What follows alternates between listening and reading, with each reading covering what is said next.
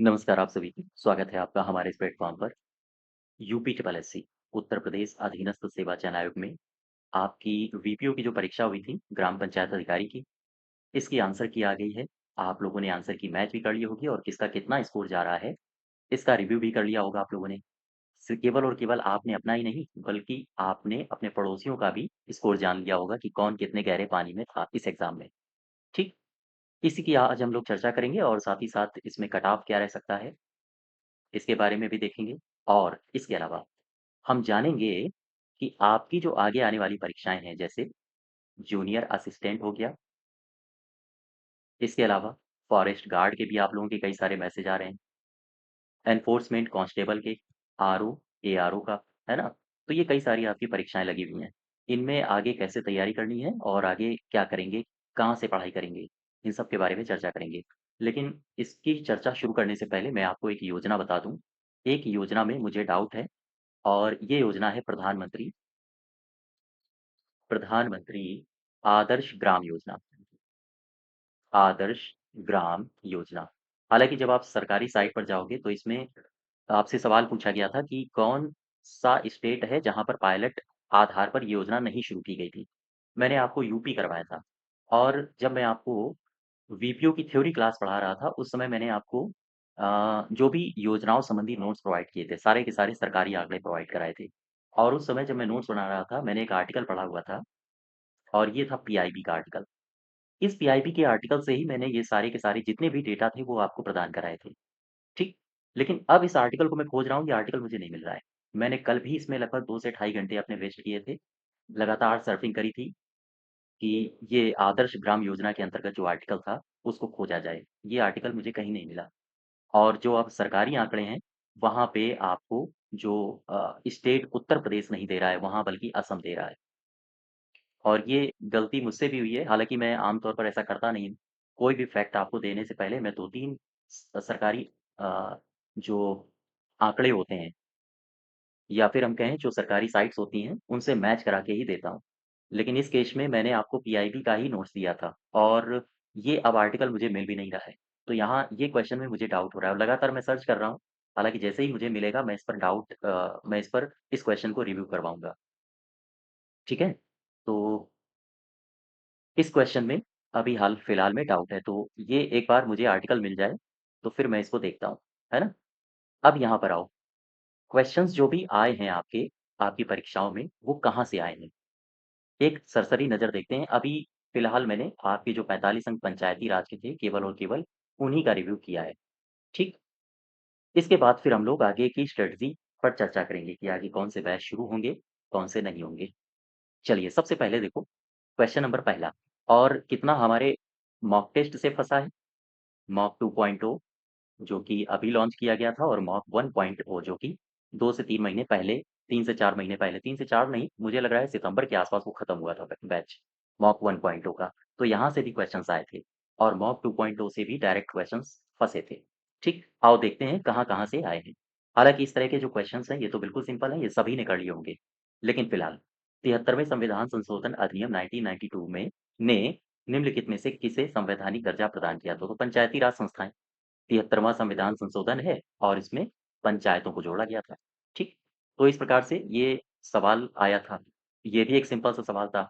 ये सवाल आपको मॉक 2.0 में करवाया गया था और मॉक 1.0 में भी करवाया गया था। ठीक? और इसके अलावा ये थ्योरी जो मैंने करवाई थी, वहाँ भी था ये।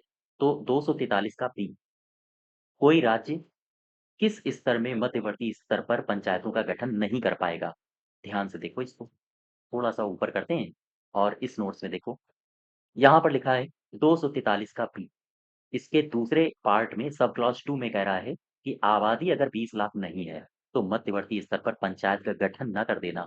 ठीक? 20 लाख से अधिक नहीं है, तो फिर मध्यवर्ती स्तर पर पंचायत का गठन नहीं होगा।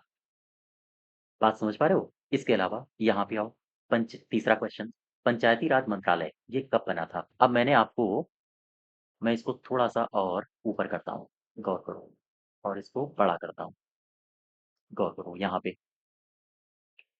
मैंने आपको मॉक 2.0 कराया था, मॉक 2.0 उसमें मॉक 2.0 में जाइए और एक क्वेश्चन में मैंने रिव्यू करवाया था, एक्सप्लेनेशन दिया था। 31 नंबर। ये था सिटीज़न चार्टर से संबंधित सवाल और सिटीज़न चार्टर में मैंने एक मंत्रालय बताया था, पंचायती राज मंत्रालय का गठन सन 2004। ठीक?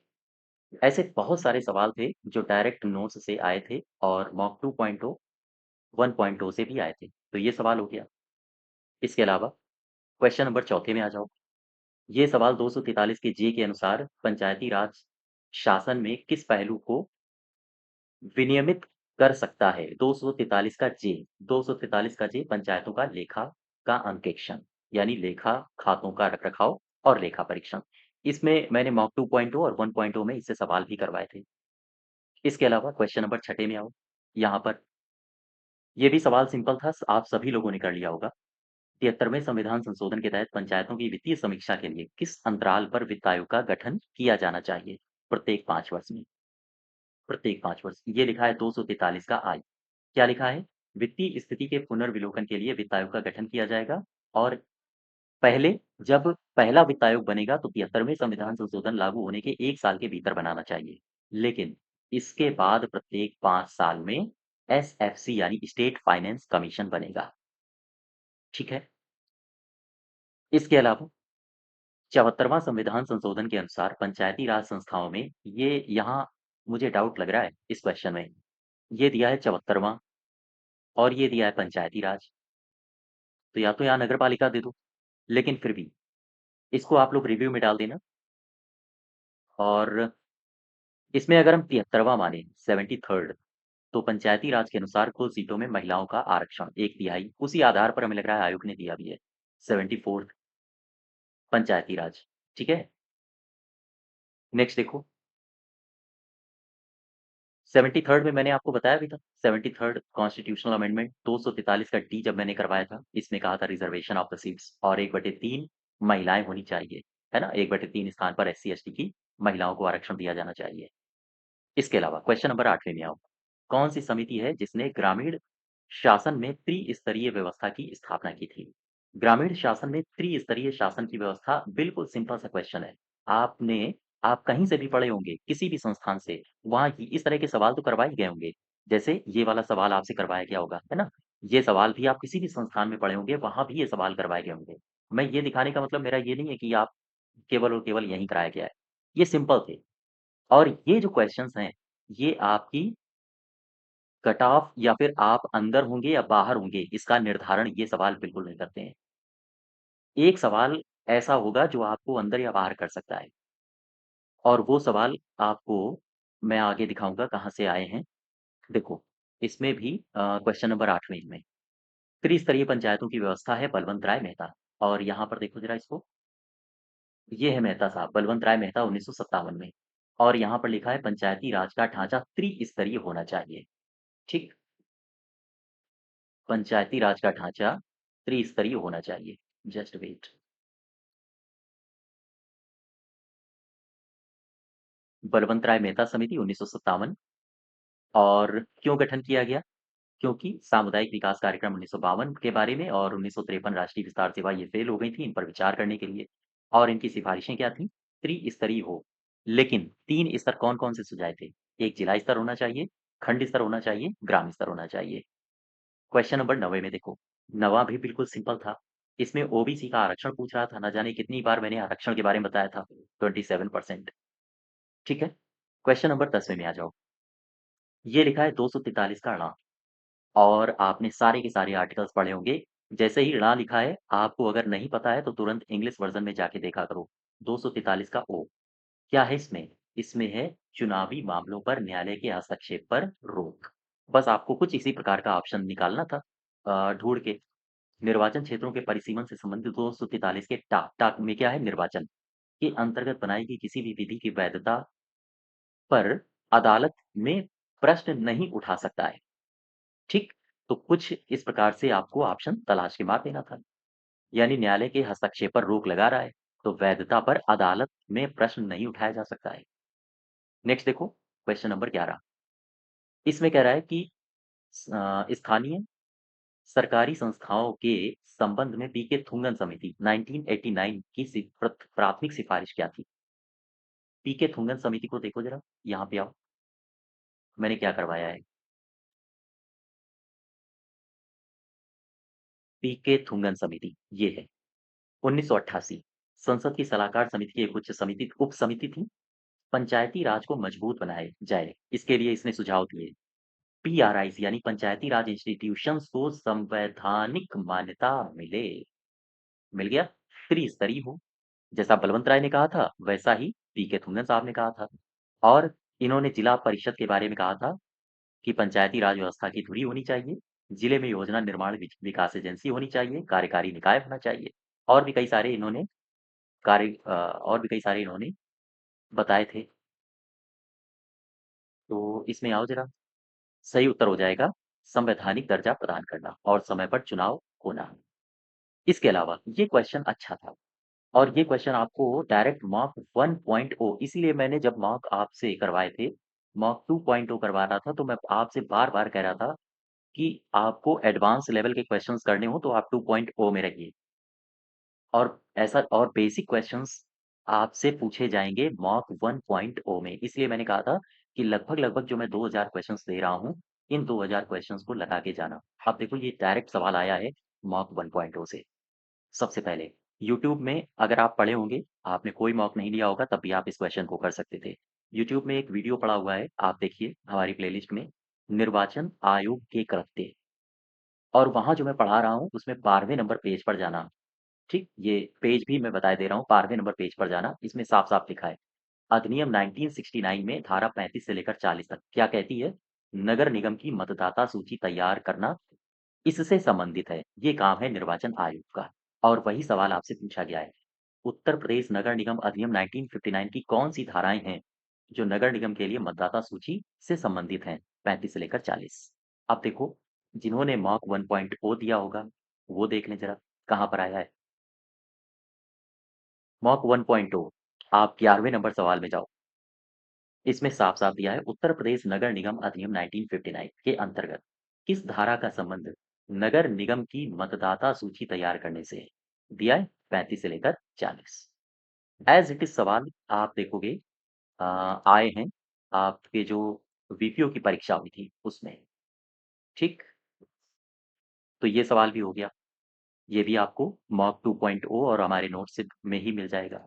यहाँ पर देखो 14 ग्राम पंचायत के उप प्रधान का कार्यकाल। हालाँकि उप प्रधान वाला सवाल अब पूछना नहीं चाहिए, क्योंकि उप प्रधान तो हटा दिया गया है ना? लेकिन फिर भी अगर पूछा है तो सिंपल था ये सवाल, करने लायक था।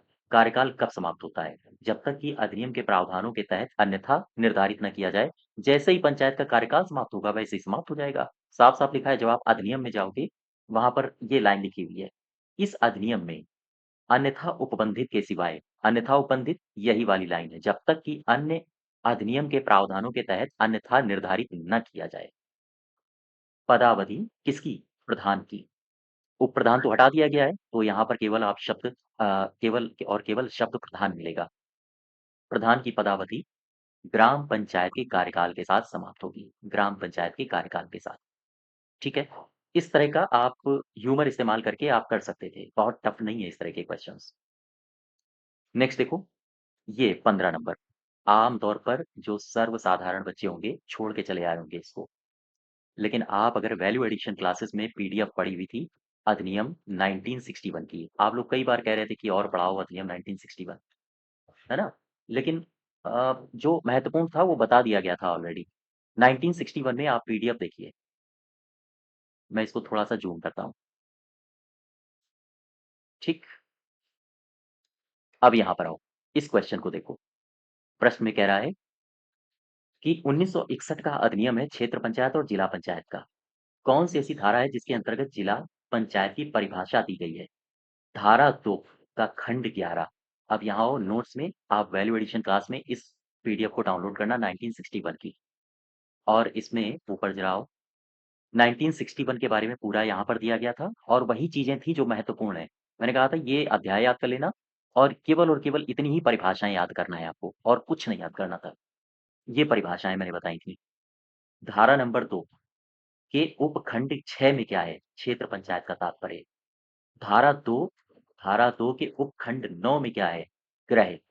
धारा 2 के उपखंड 10 में क्या है? ग्राम्य क्षेत्र। धारा 2 के उपखंड 11 में क्या है? जिला पंचायत और वही तो आपसे पूछा था। देखो, जिला पंचायत। जिला पंचायत की परिभाषा धारा 2 के उपखंड 11 में, है ना? नेक्स्ट देखो क्वेश्चन नंबर 16 इसमें क्या कह रहा है? यहाँ 2-3 बातें मैं आपको बता दूँ कि आपको जब मैं मॉक 2.0 करा रहा था, तो बहुत सारे लोग भयभीत हो गए थे, ये क्वेश्चन, वो क्वेश्चन, ऐसे कैसे? मैं कर नहीं पा रहा हूँ, मेरा 45 स्कोर जा रहा है। अब मैं आपको ये दिखाता हूँ, यहाँ पर देखो, जब मैंने पहला मॉक कराया था, तो बहुत सारे बच्चों के स्कोर गिरे थे, स्वाभाविक सी बात है। मैंने दूसरा मॉक कराया, फिर भी स्कोर आपका डाउन गया। तीसरा कराया, आपका डाउन जा रहा था। इसके बाद फिर मैंने स्ट्रैटेजी बदली थी चूँकि आप लोग कई सारे क काफ़ी सारी यूँ ही बातें करने लगे थे। कुछ नहीं फँसेगा ऐसा-वैसा।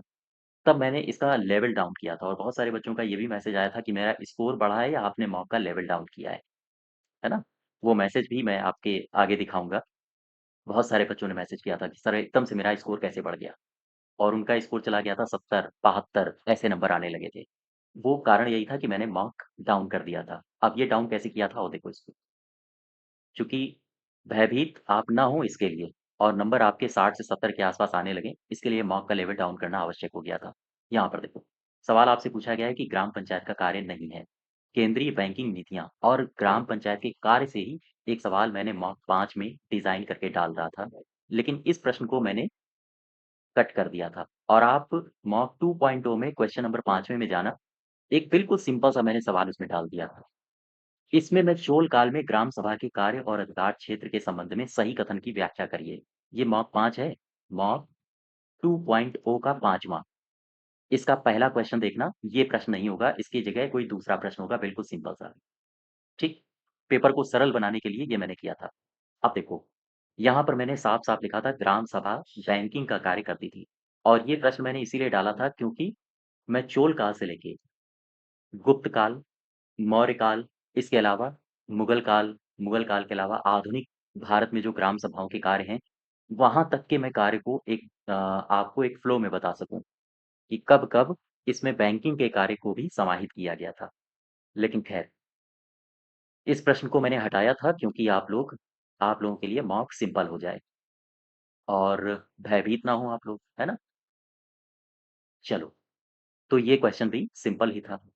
नेक्स्ट देखो क्वेश्चन नंबर 17 इसमें उत्तर प्रदेश पंचायत कानून अधिनियम 1994 का प्रावधान जिसके अनुसार ग्राम सभा के सभी संदर्भों को ग्राम पंचायत के रूप में व्याख्यायित किया जाना आवश्यक है। आधिकारिक तौर पर किस तारीख से लागू हुआ है? देखो, ये जो प्रश्न ड्राफ्ट हुआ है, हालाँकि आपको पंचायती राज की ऑफ़िशियल साइट में मिल जाएगा, लेकिन जब मैंने आपका बीपीओ का कोर्स शुरू किया था, तो उसके लिए फिर मैंने कुछ बुक्स मँगाई हुई थी और जिसमें से एक किताब थी, इसका नाम है doctor R.R.. Maurya R.R.. Maurya की। ये यूपी स्पेशल है, उत्तर प्रदेश की भूमि विधियाँ इसका टाइटल नाम है, भूमि विधियाँ। ये पुस्तक मैंने ऑनलाइन मँगाई हुई थी आपको पढ़ाने के लिए, चूँकि इसमें जो ग्राम सभा और ग्राम पंचायत के बारे में इतिहास दिया हुआ है, वो काफ़ी डीप में दिया हुआ है। आप लोग भी हालाँकि अब तो इस पुस्तक का आप लोगों से कोई लेना-देना नहीं है, लेकिन फिर भी अगर आप चाहना तो इसको एक बार नज़दीकी लाइब्रेरी में जाके देख लेना। इसमें ये दिया हुआ था और इस पुस्तक को मैंने काफ़ी पढ़ा हुआ भी था, चूँकि आपको पढ़ाना भी है। यहाँ पर देखो भूमि प्रबंधक समिति के कार्य और कर्तव्य, इसमें साफ-साफ दिया हुआ था कि ज़मींदारी समाप्त हो गई थी। जमी अ, जमींदारों के सभी अधिकार राज्य सरकार में समाहित कर दिए गए थे। राज्य सरकार ने उन्हें विज्ञप्ति जारी करके ग्राम सभा में निहित कर दिया था। 1994 का जो संशोधन अधिनियम आया था, 22/4/1994 से ग्राम सभा की समस्त संपत्ति यानी ग्राम सभा के जो अधिकार थे, वो किसे दिए जा रहे थे? वो दिए जा रहे थे ग्राम पंचायत को। ये तो भूमि प्रबंधक समिति के संदर्भ में बात हो रही है। ऐसे ही संपूर्ण अधिनियम के संदर्भ में बात हो रही थी। तो आपको पढ़ाने के लिए बहुत सारी पुस्तकें पढ़नी पड़ी थी और तब जाके क्वेश्चंस इस लेवल के आपको दे पा रहा था, है ना? चलिए, नेक्स्ट देखो क्वेश्चन नंबर 18 ये काफ़ी सिंपल था। जिसने भी जहाँ से भी पढ़ाई करी होगी, इस तरह के सवाल आपने कर लिए होंगे। 29 विषय कहाँ पर हैं? 11वीं सूची में। तो 29 विषय हैं ये और ये रही आपकी 11वीं सूची, ठीक? इस तरह के क्वेश्चंस हर एक पुस्तक में और हर एक के नोट्स में मिल जाएँगे। अब ये क्वेश्चन कॉमन सेंस वाला था। थोड़ा-सा दिमाग लगाते इसका उत्तर आप खोज सकते थे। मैंने आपको 15वां वित्त आयोग पढ़ाया था। ये कार्यकाल इसका क्या है? 2020 से 25, ठीक? ये 15वां है। अब मुझे बताओ हर 5 साल में वित्त आयोग बनता है, तो 14वां कब से कब तक होगा? ये हो जाएगा 20 से 15 तक। 13वां कब से कब तक हो जाएगा? 10 तक। 2015 से 10, ठीक है? अब मुझे बताओ 12वां कब से कब तक हो जाएगा? ये हो जाएगा 5, यानी 2005 से लेकर 2010 तक। सिंपल सा।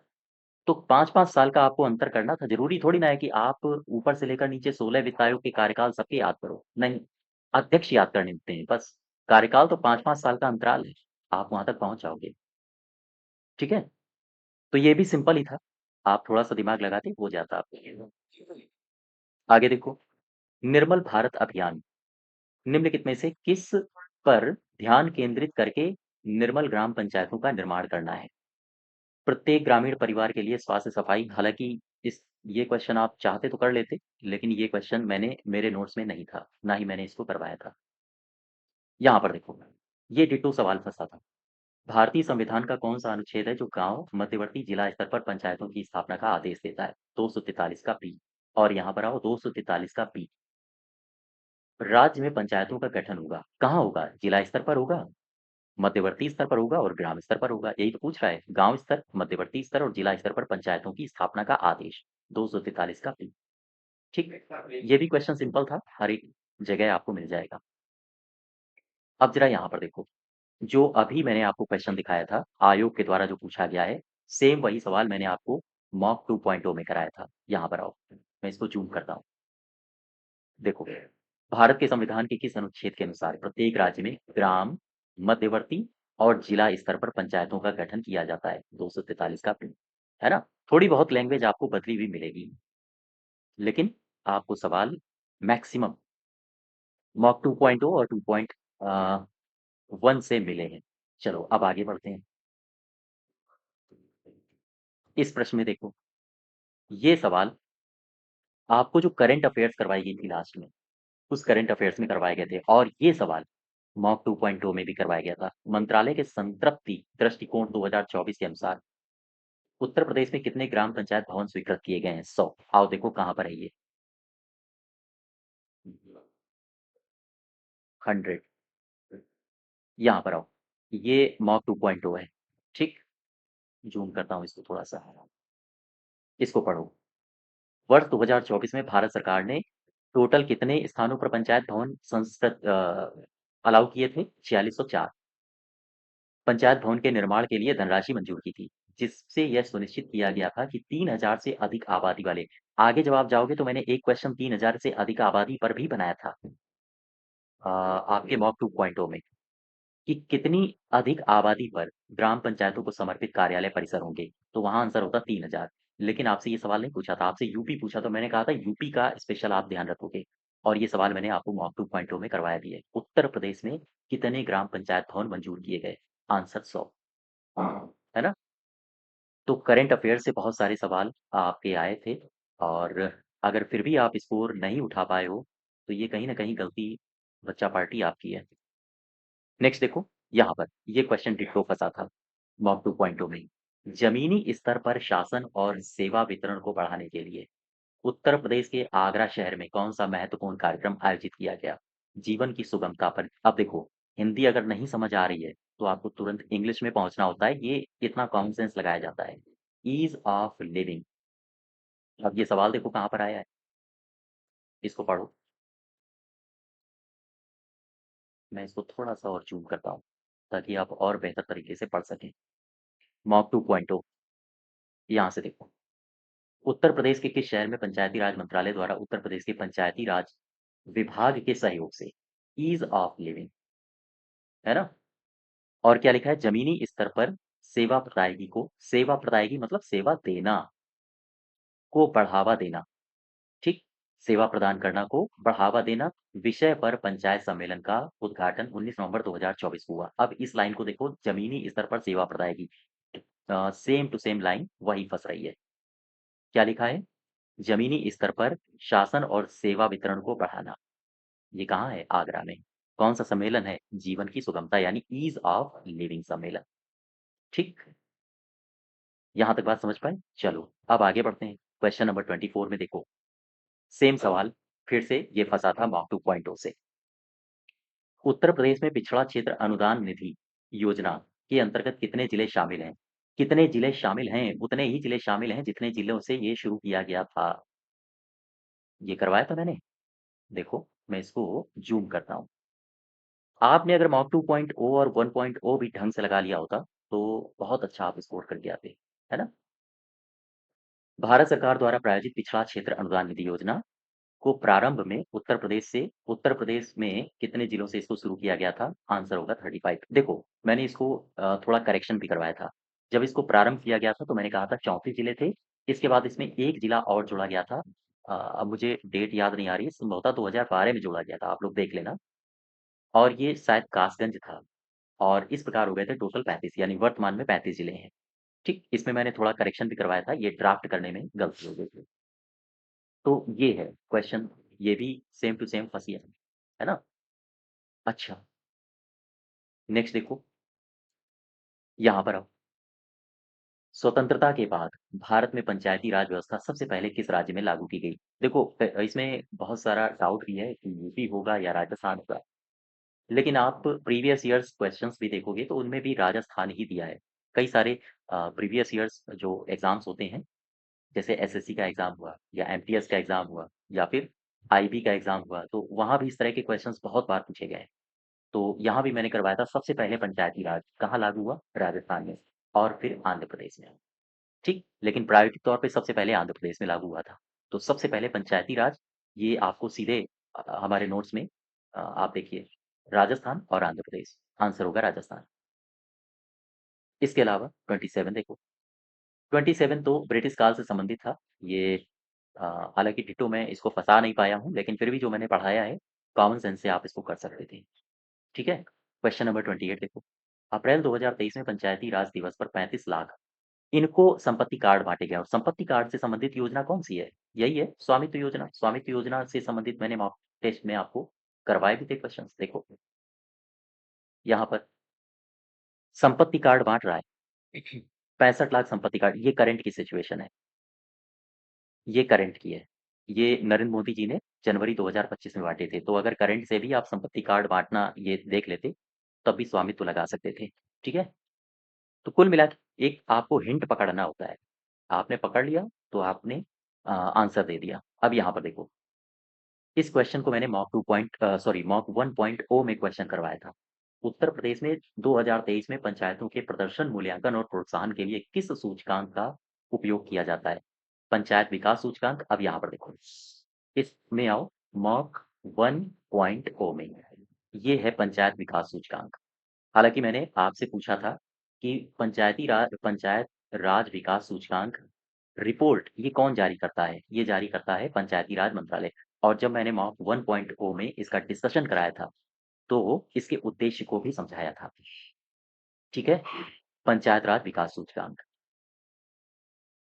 नेक्स्ट देखो, ये ये सवाल अच्छा था। ये सवाल हालाँकि मुझे करवाना चाहिए, मैं आपको नहीं करवा पाया। इसका मुझे खेद है और रहेगा, चूँकि नियमावली पूरी मैंने आपको पढ़ाने के लिए, ये नियमावली मैंने ऑफ़िस से निकलवाई थी, एक भैया से। तो ख़ैर, उत्तर प्रदेश पंचायत राज नियम 1947 के नियम 1947 के नियम 186 में क्या प्रावधान है? ये वार्षिक लेखा परीक्षा, ये पूरा नियम है 186, 187, ये मैंने जोड़ दिया इसमें, तो आप इसको पढ़ लेना। इसमें किसी बच्चे ने मुझसे पूछा था, जैसे आप लोग व्हाट्सएप पे भेजते हो अपने क्वेश्चंस, तो उसमें मैंने शायद ये भिजवाया था उसको, इतना कट करके, है ना? 1986, तो ये मैंने आपको पढ़ाया नहीं है, ये बिना पढ़ाया हुआ आया है। चलिए, नेक्स्ट देखो, क्वेश्चन नंबर 33। ये क्वेश्चन बड़ा शानदार है। कह रहा है पंचायती राज अधिनियम के अंतर्गत खंड शब्द का तात्पर्य क्या है? खंड शब्द, अब यहाँ पर आओ, जब आप धारा 2 में आओगे, धारा 3 में, तो यहाँ पर मैंने खंड शब्द को बताया था। ग्राम्य क्षेत्रों का खंडों में विभाजन, धारा 3 में, और ये पूरा का पूरा मैंने फिगर बना के आपको समझाया था। कुछ याद आ रहा है आपको? नोट्स में, वैल्यू एडिशन क्लासेस के नोट्स में जाइए आप, वहाँ पर देखिए, है ना? तो धारा 3 के तहत निर्दिष्ट क्षेत्र पंचायत का पंचायत क्षेत्र, ये है खंड के अंतर्गत। धारा 3 के अंतर्गत क्षेत्र पंचायत का यहाँ पर ग्राम्य क्षेत्र का प्रत्येक जिले में ग्राम्य क्षेत्र को खंडों में विभाजित करना और फिर उनका पूरा प्रोसेस मैंने आपको बताया था किस प्रकार से विभाजित होता है। फिर उत्तर प्रदेश सरकार क्या काम करती है। ठीक। क्वेश्चन नंबर 33 के बाद इसमें आ जाओ सीधे 40 में 40 में। अनुच्छेद 280 का 3 का खा का मतलब है 280 का 3 का बी में पंचायतों के संसाधनों की अनुपूर्ति के लिए राज्य की संचित निधि के संवर्धन हेतु राष्ट्रपति को सिफारिशों सिफारिशें करने के लिए कौन उत्तरदायी होता है? केंद्रीय वित्त आयोग। और 280 का 3 का बी यहाँ पर हालांकि मुझसे नोट्स में थोड़ी सी गलती हुई थी, मैंने 2 बार बी लिख दिया था, ये बी एक्स्ट्रा है। 280 का 3 का बी और यहीं पर लिखा हुआ है राज्य वित्त आयोग द्वारा दी गई सिफारिशों के आधार पर राज्य में पंचायतों के संसाधनों की प्रतिपूर्ति कौन करेगा? केंद्रीय वित्त आयोग करेगा। ठीक है, तो ये भी आपको नोट्स में मिल जाएगा। इसके अलावा और आगे बढ़ो जरा। देखो, अभी जो मैंने आपको सवाल एक बताया था, उत्तर प्रदेश पिछड़ा क्षेत्र अनुदान निधि योजना के अंतर्गत उत्तर प्रदेश के कितने जिले हैं? मैंने कहा 35 जिले हैं। ठीक। अच्छा, ये अनुदान निधि योजना ये कौन लागू कर रहा है? ये सवाल मैंने आपको नहीं करवाया था, लेकिन ये पीडीएफ मैंने आपको ऐड करी है इसमें। चूँकि ये जो 35 जिलों वाला क्वेश्चन था, ये मैंने इसी पीडीएफ से निकाला था। ये जो 35 जिलों वाला क्वेश्चन था, अनुदान निधि योजना उत्तर प्रदेश में कितने जिलों में लागू है? 35। ये मैंने भारत सरकार के ग्राम मंत्रालय यानी ग्रामीण विकास मंत्रालय से ये पीडीएफ निकाली थी और वहाँ से फिर पढ़ के ये क्वेश्चन मैंने ड्राफ्ट किया था आपके मॉक के लिए। और देखो, यहाँ पढ़ो।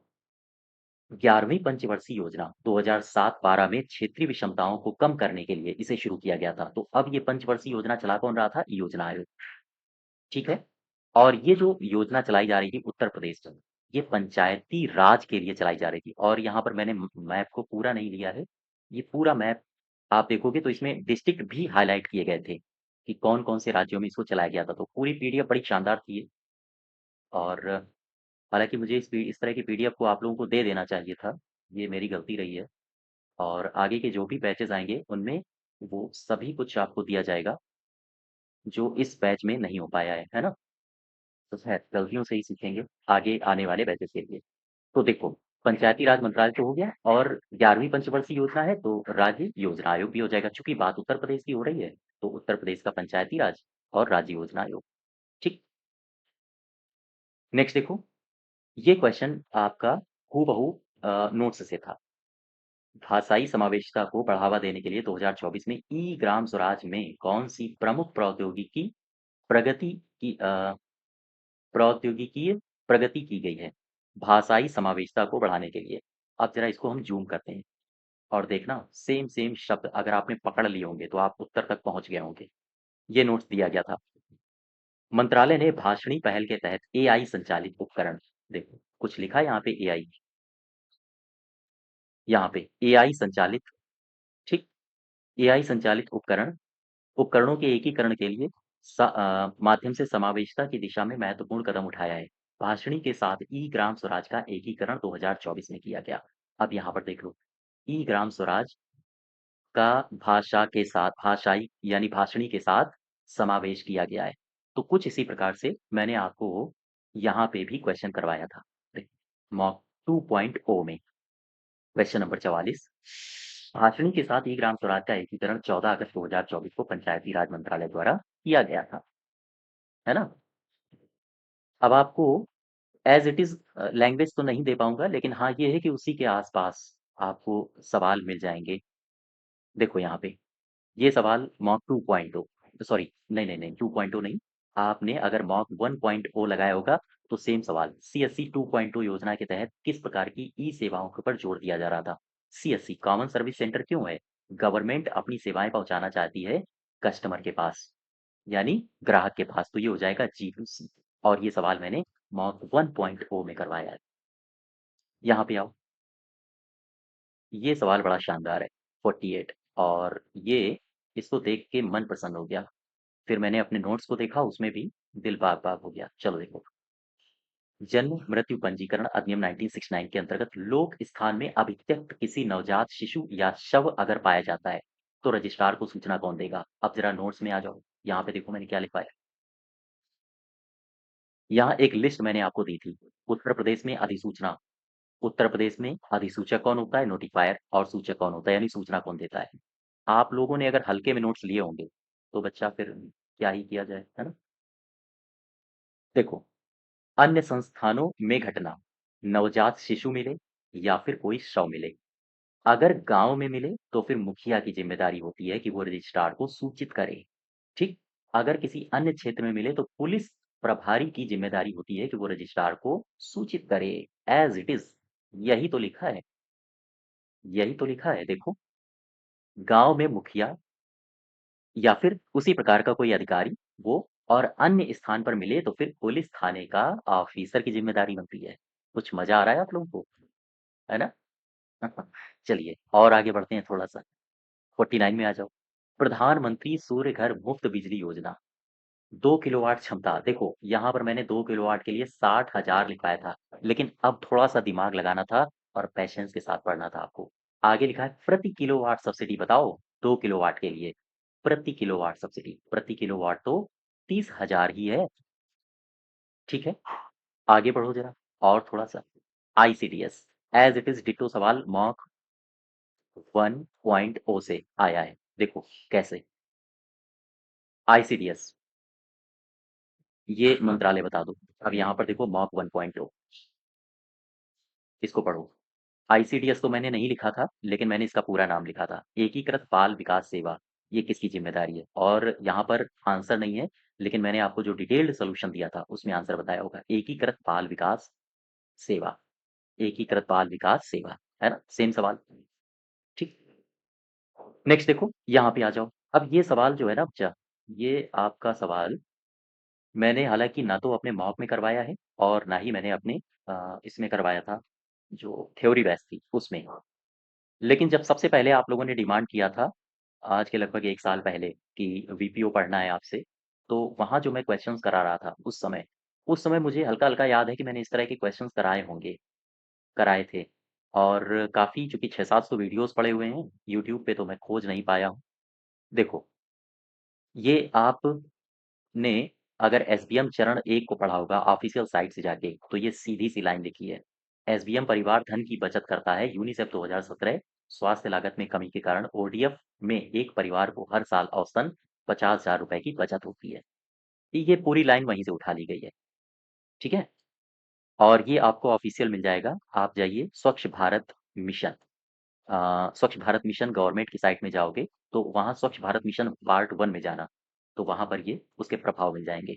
3 लाख मौतें टाली गई हैं और 58% बढ़ा है कुपोषण के मामले, वगैरह-वगैरह। तो ये सारी बातें आप पढ़ सकते हो। यहाँ पे देखो, पंडित दीनदयाल उपाध्याय, ये भी सिंपल सा था। 2014 में किस योजना के साथ इसका एकीकरण किया गया था? राजीव गांधी। और इसके अलावा ये सवाल हो गया।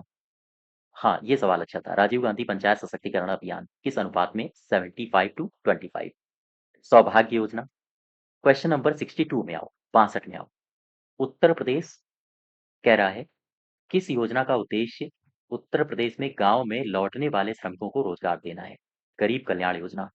और नोट्स में मैंने आपको करवाया था, यहाँ पे आओ गरीब कल्याण योजना में। इसमें गौर करना। कोविड-19 के कारण अपने घर लौटने वाले कामगारों को रोजगार देना इसका लक्ष्य था। ठीक। और ये कहाँ-कहाँ शुरू करी गई थी? ये उत्तर प्रदेश में भी शुरू करी गई। ठीक है? उत्तर प्रदेश में भी। तो ये सही हो जाएगा। गरीब कल्याण योजना, गाँव में लौटने वाले श्रमिकों को रोजगार देना। ठीक। अब देखो, मैं आपको मैं आपको इसके कमेंट्स, इसके जो कट ऑफ आएगा उसके बारे में बता देता हूँ। ये कुछ कमेंट्स आए हैं आप लोगों के। देखो, सबसे पहले तो अगर आपने पढ़ा होगा संस्थान से, केडी क्लासेस से, तो कुछ इस प्रकार के कमेंट्स आ रहे हैं आपके। मैक्सिमम यानी अधिकतम बच्चों के 65 से ऊपर जा रहा है स्कोर। अधिकतम बच्चों का 67.5 आए हैं। नमस्ते सर जी, मेरा 76 पूरा काट पीट के। अब अगर इन्होंने आंसर की के बाद इनके ये स्कोर आ रहे हैं, आंसर की से मैच कराने के बाद, तो बहुत अच्छा स्कोर है। इससे अच्छा स्कोर और क्या ही हो सकता है ना? मेरे लिए तो अच्छी बात है और खुशी की बात है और आपके लिए भी। यहाँ पर देखो, ईडब्ल्यूएस से हैं और 70 प्लस इनका भी गया है स्कोर। इसके अलावा यहाँ भी देख लो आप, 68, यानी मैक्सिमम जितने लोगों के मेरे पास मैसेज आ रहे हैं, कुछ ही बच्चे हैं बहुत कम जिनके 65 से नीचे हैं। मैक्सिमम बच्चों के 65 से ऊपर आ रहे हैं। यहाँ 70 मार्क्स बन रहे हैं, 67 बन रहे हैं मार्क्स। इसके अलावा 74 बन रहे हैं और जनरल कैटेगरी से। धन्यवाद बहुत-बहुत आपका भी। आप लोगों ने ही बहुत अच्छे से पढ़ाई करी है। 67.5 आरओ-आरओ के लिए आपने कहा है और 72 नंबर इनके भी बन रहे हैं। है ना? देख पा रहे हो? 67 फाइनल स्कोर 70 बन रहा है। तो मैंने मैक्सिमम स्कोर आपके देखे हैं, आपका यही स्कोर जा रहा है 65 प्लस। अब इसमें कट ऑफ क्या होगा? इसके बारे में मैं आपसे अभी तो नहीं डिस्कस करूँगा, लेकिन मुझे कुछ और आंकड़े चाहिए। ये अ, आप लोगों के जो मैसेज आ रहे हैं, और भी कुछ मुझे अगर आंकड़े मिल जाएँ तो मैं और बेहतर तरीके से इसको समझ के आपको बता सकता हूँ। लेकिन इतना तो कह दूँ कि मैक्सिमम एफर्ट आप लोगों ने लगाया है और ये बहुत अच्छी बात रही है कि आप लोगों ने जो भी कंटेंट दिया गया है उस पर आपका विश्वास रहा है ना? नहीं तो बहुत सारे बच्चे ऐसे भी थे कि जैसे उनका मॉक टेस्ट 1 हुआ, उसमें उनके 40 नंबर आए, 42 नंबर आए, उसी में हताश हो गए और शायद उन्होंने मॉक देना ही बंद कर दिया होगा। ठीक? और कई सारे लोगों के तो मेरे पास इस प्रकार के भी मैसेज आ रहे थे, पता नहीं क्या दे रहे हो, ऐसा कुछ नहीं, यूपी ट्रिपल एससी पूछता है, वगैरह-वगैरह। और उनको ये पता भी नहीं है कि यूपी ट्रिपल एससी बदल चुका है, ऊट-पटांग ही वो पूछता है ना? और एक बात मैं और आपसे डिस्कस कर दूँ, देखो, जब भी चाहे मेरा आरओ-आरओ का लेना, मॉक बैच, या फिर मेरा जूनियर असिस्टेंट का लेना, अगर आएँगे तो, ठीक? या फिर मेरा फॉरेस्ट गार्ड का लेना, कोई भी मॉक टेस्ट अगर लेना, तो आप ये मत सोचा करो कि हमारे यहाँ पर नंबर आ जाएँ। देखो, मॉक टेस्ट लगाने का मतलब ये नहीं होता है कि आपके नंबर 95 आ जाएँ। मैं चाहता तो ऐसा मॉक टेस्ट सेट कर सकता था कि आपके 90 प्लस मार्क्स आते और आप अपनी छाती चौड़ी करके अपने ही दोस्तों को दिखा रहे होते, है ना? मुझे दरअसल इन मॉक टेस्ट के ही बहाने मुझे वैल्यू एडिशन क्लासेस करानी थी आपको। एक ऐसा मैटर देना था जो आपको ना पता हो। एक बात समझो, मैंने मान लीजिए मॉक कराया, ठीक? मॉक टेस्ट नंबर 1 कराया और पहले मॉक में मैंने दे दिया स्थानीय स्वशासन का पिता किसे कहा जाता है। मुझे आप लोग जितने लोग सुन रहे हो, क्या आपको ये पता नहीं है स्थानीय स्वशासन का पिता किसे कहा जाता है? फिर इस प्रकार का मैं प्रश्न क्यों डालूँगा? जो पता ही है आपको, वो तो पता ही है, जो नहीं पता है वो पता कर लो। और मैंने इसीलिए आपसे कहा था मॉक 2 या 3 या 4 मॉक के बाद मैंने कहा था कि चिंता मत करना, जो भी आपको नया कंटेंट इसमें मिल रहा है मॉक 2.0 में, उस कंटेंट को कंज़्यूम कर जाओ, हज़म कर जाओ, पानी पियो, हज़म कर जाओ, ठीक? और कितना मार्क्स आपका आ रहा है उससे लेना-देना नहीं है। आपका 40 आ रहा है, 35 आ रहा है, डज़न्ट मैटर, कोई लेना-देना नहीं है। बस जितना जो नया मैटर मिल रहा है, करंट अफ़ेयर्स मिल रही है, नए क्वेश्चन्स मिल रहे हैं, उनको हज़म करते जाओ, है ना? और जिन्होंने इस प्रक्रिया को अपनाया होगा उनका स्कोर भी 70 प्लस ही जा रहा है, 74, 65 प्लस जा रहा है और ये बहुत अच्छा स्कोर है। ख़ैर, इसके कट-ऑफ के बारे में मुझे कुछ और आंकड़े मिल जाएँ, इसके बाद फिर मैं डिस्कस करूँगा, ठीक है? तो आगे से मेरी एक राय ये भी है, आगे से जब भी कभी मैं कोई भी मॉक लॉन्च करूँ, तो उसमें आपका स्कोर क्या आता है, इस पर विचलित होने की आवश्यकता नहीं है, ना ही घबराने की आवश्यकता है। बस ये देखना कि उसमें नया कंटेंट क्या है और उस नए कंटेंट को कंज़्यूम कर जाना, बस। बाकी कोई भी मॉक लॉन्च करने में मेरा कोई ये सरोकार नहीं होता है कि मैं आपको नीचा दिखा दूँ कि आपके देखो 33 नंबर आए हैं मेरे मॉक में। नहीं भाई, मैं ये सब करके क्या करूँगा यार, है ना? मेरा केवल एक ही लक्ष्य होता है कि मैं मैक्सिमम कंटेंट मॉक के माध्यम से आपको दे पाऊँ, बस इतना लक्ष्य होता है। बाकी आपको नीचे गिरा देना ये मेरा कोई लक्ष्य नहीं है, है ना? बाकी आप लोग समझते ही होंगे, आप लोग चूँकि लगातार जुड़े रहे हो, पिछले 1 डेढ़ साल से मैं ऑनलाइन पढ़ा रहा हूँ। ऑनलाइन में ये पहली बार मैं आया हूँ और जुड़े रहे हैं, तो ख़ैर फिलहाल आगे बढ़ते हैं। अब इसमें आगे क्या करना है? आगे कौन-सा बैच आएगा ये आप लोग बताइए। देखो, बैच एक ही आ पाएगा, या तो आप लोग जूनियर असिस्टेंट शुरू करवा लो, या तो आरओ-एआरओ शुरू करवा लो, ठीक? या फिर आप फॉरेस्ट गार्ड शुरू करवा लो, या जो भी वैकेंसी हो, आगे जो भी लगी हो, आप उनका बैच शुरू करवा लो। बैच एक ही आएगा और नहीं आएँगे। केवल एक बैच 1 दिन में 1 से डेढ़ घंटे ही मैं पढ़ा पाऊँगा, है ना? तो आप अपने हिसाब से देख लो और मैसेज कर दो मुझे, जिसका भी आपको पढ़ना हो बता दीजिए, ठीक है? चलिए, ये पंचायती राज के 65 अंकों का रिव्यू था। अभी मैंने यूपी जीके और कंप्यूटर नहीं देखा है, उसको भी देख के मैं बताता हूँ आपको। और आपका कितना स्कोर रहा है वो भी कमेंट बॉक्स में बताइए ताकि मैं जो आपका कट ऑफ है उसको और क्लियर कर सकूँ। ठीक? धन्यवाद।